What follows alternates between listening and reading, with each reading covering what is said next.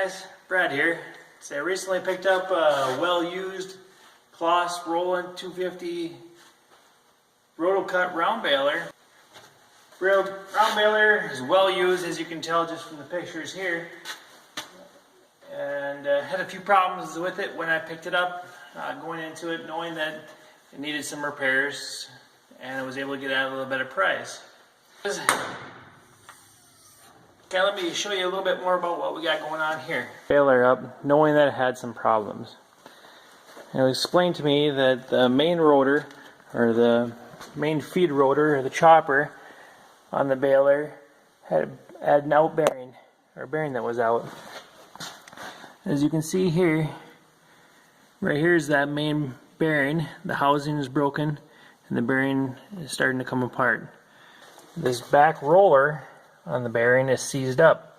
The one in front of it spins freely. A little bit of trash in there making some noise as it spins. But you can see here from the back of the round baler, this one spins freely. The second one here is seized tight. I can't get that one to spin at all. So having said that, you need to take and remove the gear off of that rear roller and have it and replace the bearings on it.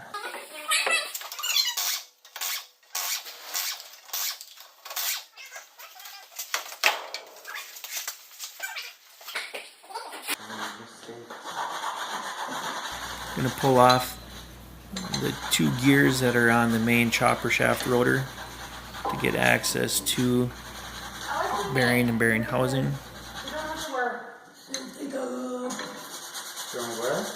Safety goggles. For sanding? Yeah. By hand? Yeah. He always has some.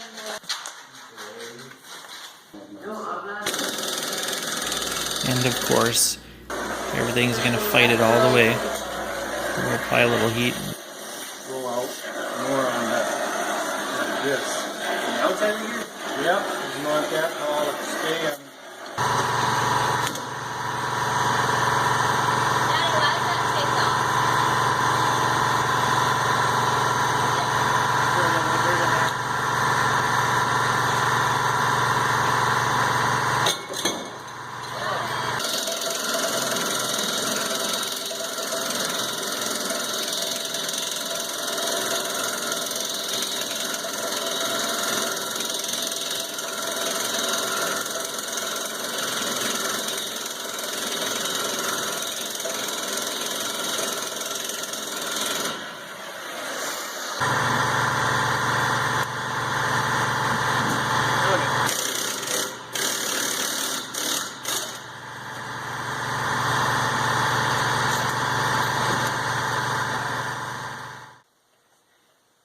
Here's all that's left of the bearing and the bearing housing.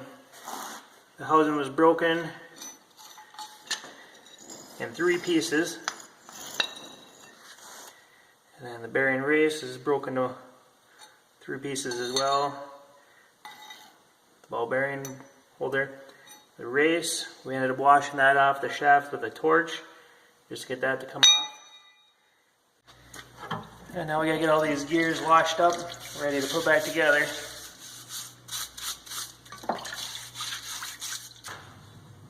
The guard that goes in the end of the chopper shaft also got damaged when that bearing housing and bearing broke.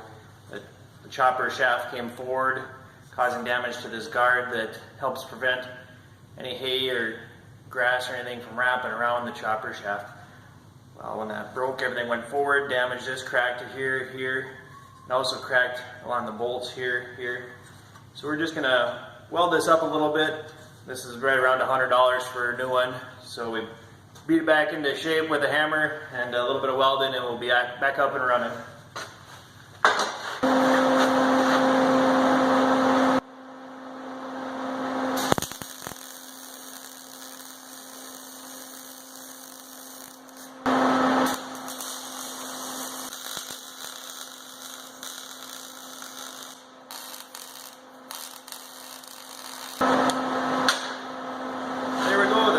Around the bolt.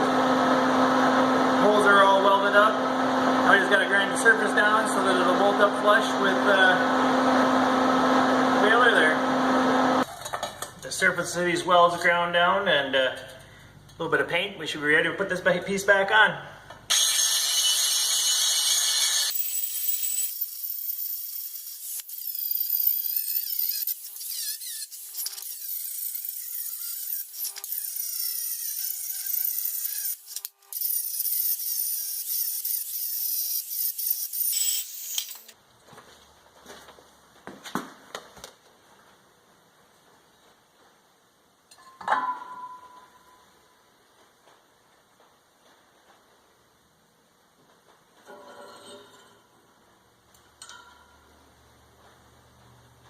Now for the new bearing and housing.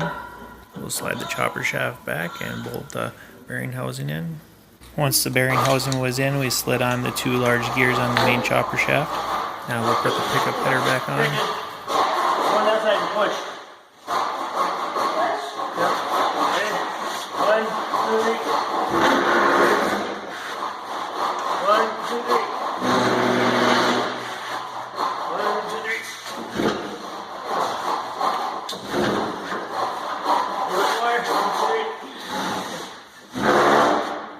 Okay, now let's push it backwards.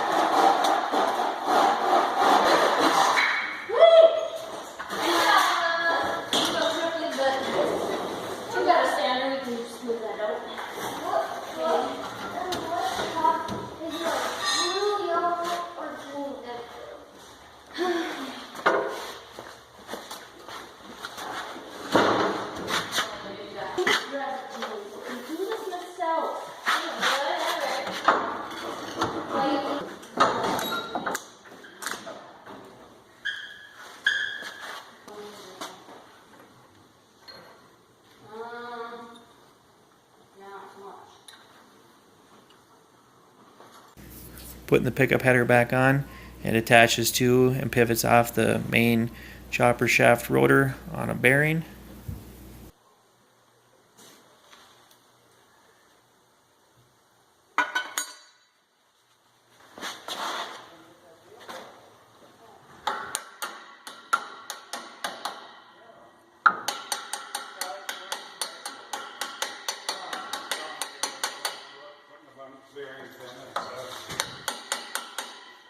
Alright.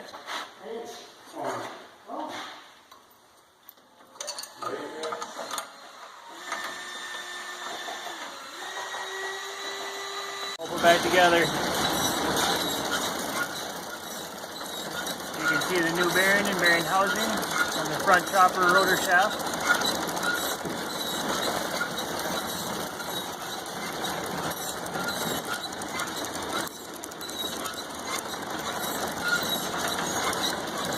There you can see the new bearing in the back roller drum.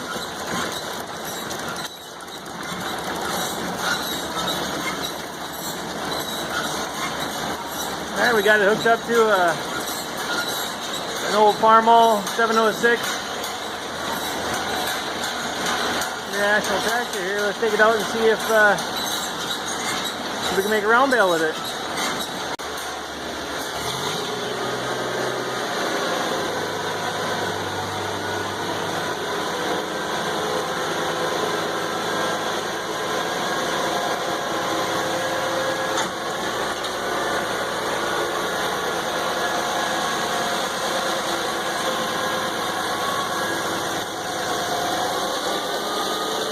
Attempt at baling a bale with this baler.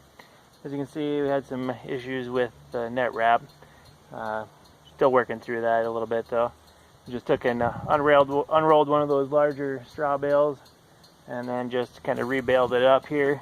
Just kind of unrolled it along the ground and spread it out a little bit with a pitchfork just so the baler can pull it in. Second bale turned out a lot better. Still having some issues with the net wrap, but I think we're getting those figured out, so we're working through those. It didn't turn out too bad. Nice 4x4 bale. fairly solid, although we dumped them out before the baler was at maximum capacity. We were using the little International 706 to bale, and it basically ran out of power and started overheating. So we had to eject the bale at that point, and we'll try it out on a little bit bigger tractor and see how that goes. Join me later for a review of the baler and a video of it in action out in the field.